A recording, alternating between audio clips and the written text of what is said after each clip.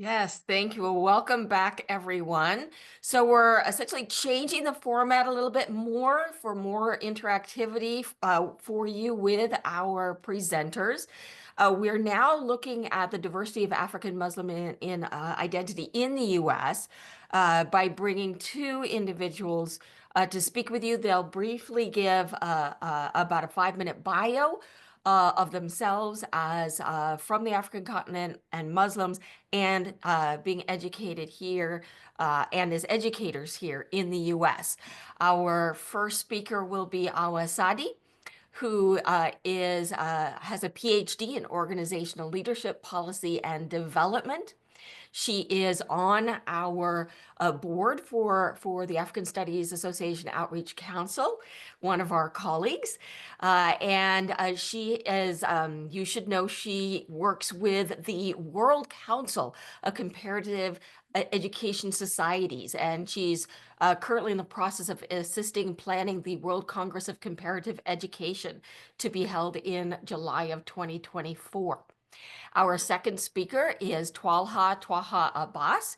He is a PhD student and novelist at Indiana University, where he is currently pursuing his PhD in folklore and minoring in anthropology and African studies. He also holds a master's degree in African studies. He has already published 2 novels. Kilio Cha Famaji, in English, The Drowner's Cry and The Cost of Dreams in 2017 and 2024, respectively.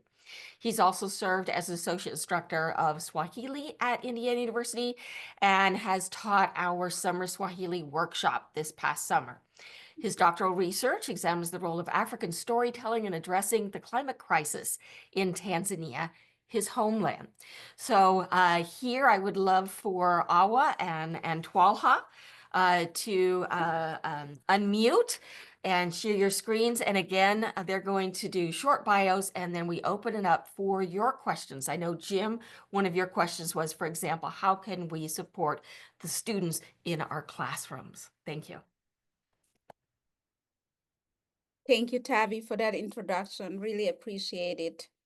As Tavi said, I'm Awa Saidy. I'm currently the Associate Director for the African Studies Initiative at the Institute for Global Studies at the University of Minnesota. I am kind of new to this position. It's been about 1.5 years, and I'm learning a lot from my colleagues in the African Studies Association Outreach Council. They are all phenomenal. I wanted to kind of start by saying that I'm actually a Mandinka woman, and I also like to introduce myself as a global citizen born and raised in the Gambia. I want to reflect a little bit on my schooling. So I started Islamic school, and Dr. Ngom in his presentation did a segment on Islamic schools and using the traditional wood board. As I mentioned, I was one of those students. So I started Islamic school probably 1 year or 2 before I started elementary school. I never went to kindergarten or preschool. And I was very mesmerized with my kids. By the time they were 5, what they knew. And I'm like, wow, did I miss on all of this? Uh, but really, so I started elementary school, I think by 8 or so, after being in Islamic school, memorizing the Quran for almost 1 year or so. And then I went to a high school in the Gambia that was established by the Wesleyan Mission and Sisters of the St. Joseph's of Cluny. And it used to be a school where it was predominantly for Christian students. But I think in the 1970s, they started admitting Muslim students. And that was where I did my high school. And that school, the reason why I'm mentioning this is because it was such an illumination for me. So Bible studies at the school was compulsory, even if you are Muslim. So for 5 years of my high school years over there, I had Bible school lessons every day. But also, if you are a Muslim student, you also had the privilege of having Islamic studies as part of your course. So the juxtaposition of having access to Bible studies and now as well as Islamic studies for me was an illumination, because what I realized was the Abrahamic religions have much more, and Dr. Kobo did talk about this, the monotheistic religions, Judaism, Islam, and Christianity. They have much more in common than differences. And so for me, being a Muslim woman, when my kids were younger, I actually used to celebrate Christmas with them. Yes. Also, like I used to even get the menorah, Judaism. And yes, for me, yes, I'm a practicing Muslim, but I also see that Christianity and Judaism actually have way more in common than differences. My kids have grown up now. I don't celebrate Christmas or Judaism anymore. So, but I think what I wanted to kind of talk about briefly is, and I'm trying to keep this under 5 minutes, how to support your Muslim students. The first thing is to be aware of the difference between the Islamic calendar and the Gregorian calendar, because I think this is important, and I'm not, people do understand this, but I think it's important because once you figure it out, you'll be able to know a bit more about major events that Muslims do observe. So for example, based on the Islamic calendar, we are in the year Hijra, 1446, right? Which started as of July 7, 2024, and will end June 26, 2025. So this is really important because the Islamic calendar is based on a lunar calendar, while the Gregorian calendar is actually based on the solar calendar, right?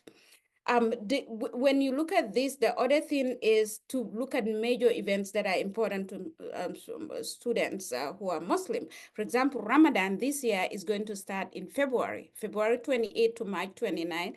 Ramadan is one of the pillars of Islam, one of the 5 pillars of Islam, where Muslims observe, they fast from sunrise to sunset.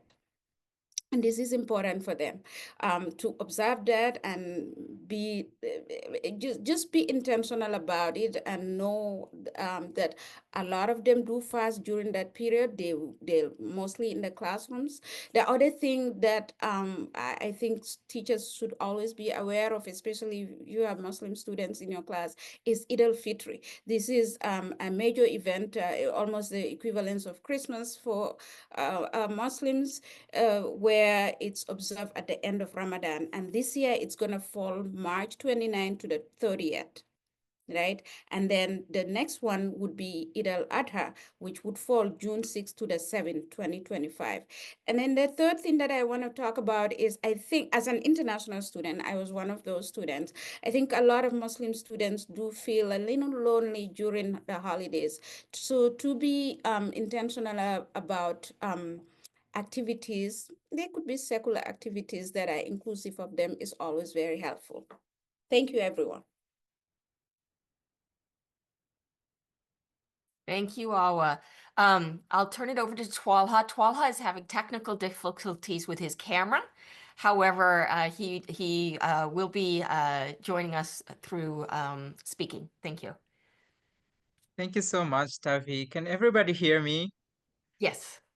Yeah, thank you. I have no idea why my camera is not working. So thank you so much, and thank you, Dr. Awa Saidy, because you said almost everything that is I meant to say. So that's a good thing. So my name is Twalha Abass, and I'm a second-year PhD student in folklore at Indiana University. I joined Indiana University in 2019 for the first time as a Fulbright foreign language teaching assistant, and I was teaching Swahili. I continued teaching Swahili until last year when I started a different task. Currently, I'm working as a graduate assistant in Latino studies.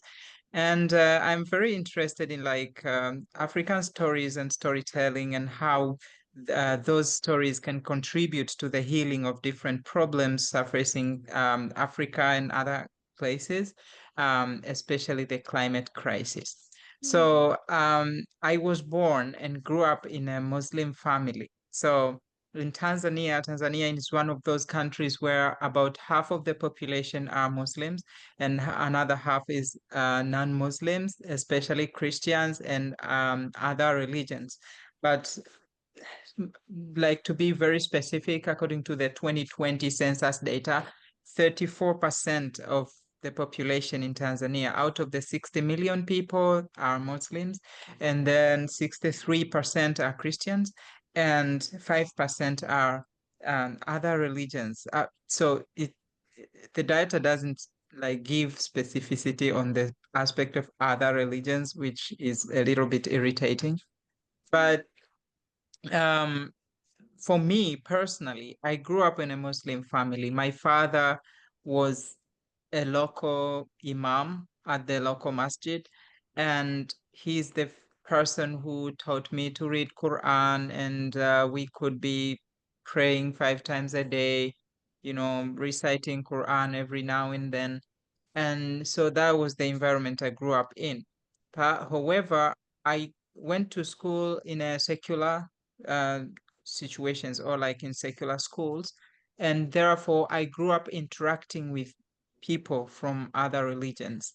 And I realized that in Tanzania, it's very hard to tell the difference between a Muslim and non-Muslim in a casual context if there is no special holiday or something, because there is like binarity of um, scenarios in the lives of people where Muslim people and non-Muslim people live communally. So there is like the context of Ubuntu in Africa. And I think this is not just for Tanzania, it must be a thing that's happening everywhere.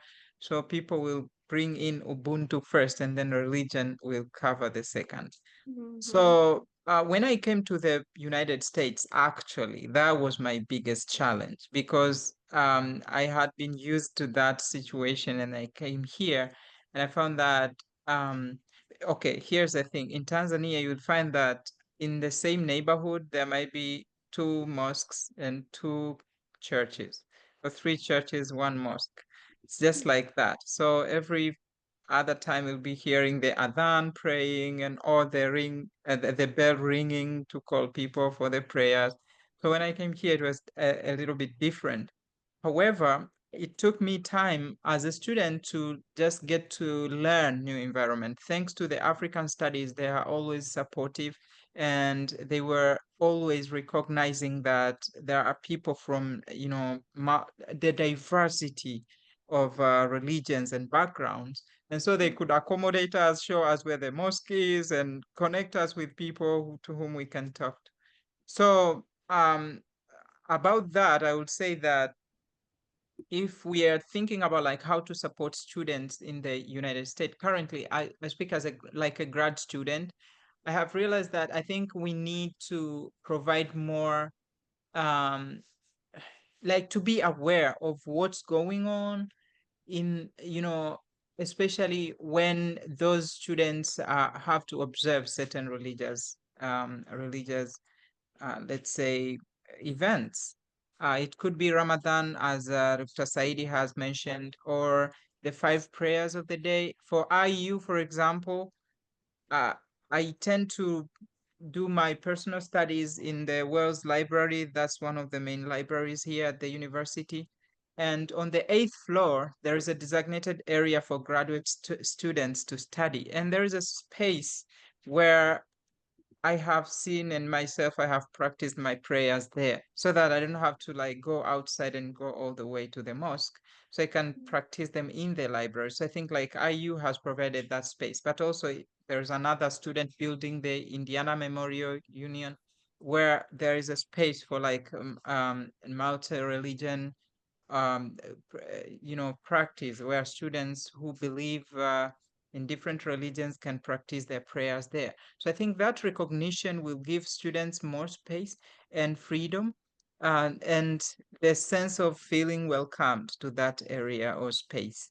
But I think I also used to teach, like work as a um, associate instructor of Swahili, and sometimes it could be Eid, uh, like the religious holiday, where I have to like go to pray, but at the same time, it's the day where I have a class to teach.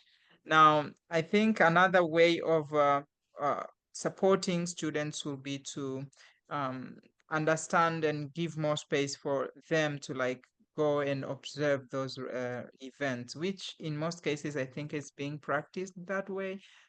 Yeah, I think that's what I can share for now. Other than that, yeah, I think another thing will be to support students when we plan events. There are events we plan that involve like dinner or lunch. And if it happens that it's Ramadan, it will be a little bit tricky. If you have students and there is a possibility to put that event at a more inclusive space or time, that could be much better. But if it's not possible, that's also okay, because the way we have accommodated that, we have an event. I'm also a president of the African Languages and Cultures Club at Indiana University. Sometimes we have had African Languages Festival, which we organize, and it involves dinner. And when dinner comes earlier and some Muslim students are still fasting, we could grab them like to go food so that they can take home. So that could be a way of accommodating. Otherwise, I'm so grateful for this chance to share my experience. Thank you so much. Thank you so much, Twalha. And I want to add, when you were talking about events during Ramadan, for those of you who have younger students who are fasting, providing a place outside of the lunch area during Ramadan for them to gather, such as in a library, would be greatly appreciated by those students. All right. Well, if there's no other questions, I greatly appreciate Awa and Twalha, you sharing some of this information with us, sharing a little bit about your backgrounds. Thank you so much. Thank you. Thank you, Tabby. You're welcome. Thank you. Thank you for Asante this sana. opportunity. Karibu. Okay, thank you. So we're back to our slides, and we're at the very end. We want to kind of wrap this up with looking at some resources and activities for your classroom. We tried very hard to come up with a list of things that are actually a mix of stuff for you and things that are classroom ready. So Martha, if you could go to the next slide. So the first thing is we just wanted to share our approach with you. This is something that some members of the ASA Outreach Council came up with a couple of years ago. And this is our set of principles for teaching about Africa as a continent.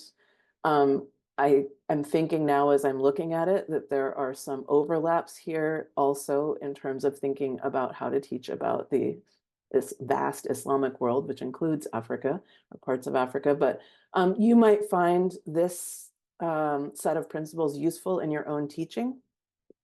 It might be something that you use for yourself and use as a way of assessing your own lessons. And it also might be something that you share with your students. And so I think that could be helpful for you. I won't read them all to you, but you'll get the slides. But part of it is about language, but the language is also an indicator of certain stereotypes and biases and kind of ways of seeing the world. And so when you catch this language, it's a chance for you to think about your thought processes, the lessons you're teaching, the thought processes of your students, and also a chance for you to think about, talk about what the words mean. So if you could go to the next slide, Martha. Okay, and then the set of resources. These are all links. And so when you get the slides, you'll be able to connect to them. So you were introduced a couple of different times to the Gold Road Interactive Map and the Gold Road Project website. That is linked there. There are a set of information and teaching resources there, including that David Conrad book, which is certainly understandable for high school students, and other teaching resources, including some ready-made lessons. I also added the Boston University site on the kingdoms of ancient and medieval West Africa and trade across the Sahara, which has a lot of different types of resources. The lessons that we shared, both the profiles that Brenda and Elsa created, and also the set of 3 lessons based on those that I created, or really I created 2 of them. Those are linked there for you. Both of them are ready to use. I haven't tested them, so you might need to play with timings, but they certainly should be useful. And some of the lessons, 2 of those lessons are feasible for middle school. 1 is probably really only good for high school because the text is a little bit more complicated, or you could excerpt it. There is also the link to Book2, so you can find out more about Arabic and Ajami and read about that. That's accessible for your students. Michigan State University's Exploring Africa module is definitely accessible and readable for students as well. And then this last reading on religions in Africa is probably more for a teacher. And then next slide. And there is a set of images of mosques in Africa from that same MSU site. There are a few different video and other image sites. So the Masons of Djenné and the Architects Designing the Future Cities with Mud are both short videos that you can use in class. The Masons of Djenné shows the rebuilding of that mosque regularly. The Zamani project has a bunch of 3D images and so forth that you could use. And then there's the If This Building Could Speak activity that includes all the questions that Elsa and Brenda shared. And then we just added here a set of textual sources.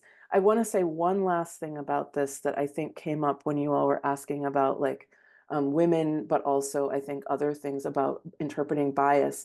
I will say as a non-expert reading them, that one of the things that's useful, for example, in that corpus book that Sabrina shared, is if you read multiple of the sources, and they're all short, and you as a teacher certainly could read them, what you start to notice is repeated tropes. And so it becomes possible to recognize for you as the teacher, the difference between a thing that is possibly or likely true and a thing that appears to be sort of something that this class of writers repeats over and over again. And you see that about certain things about women, you see certain things about people living in Africa south of the Sahara in the West, but you also see it about what it means to be an educated civilization or society. You'll start to notice tropes. And so you might find it useful to look at some of those. And that's the corpus book. It's not listed here, but it was in the chat. There also is a link to a page all about West African Arabic manuscripts, including Ajami ones, that's on the University of Illinois page. But if you go to the Boston University site, you'll also see some links to that. And then 2 other general ones. The Living Sahara has a whole bunch of different resources. And the Travels of Ibn Battuta is from my website, and it's a student-friendly version of his trip for the entire world broken into segments.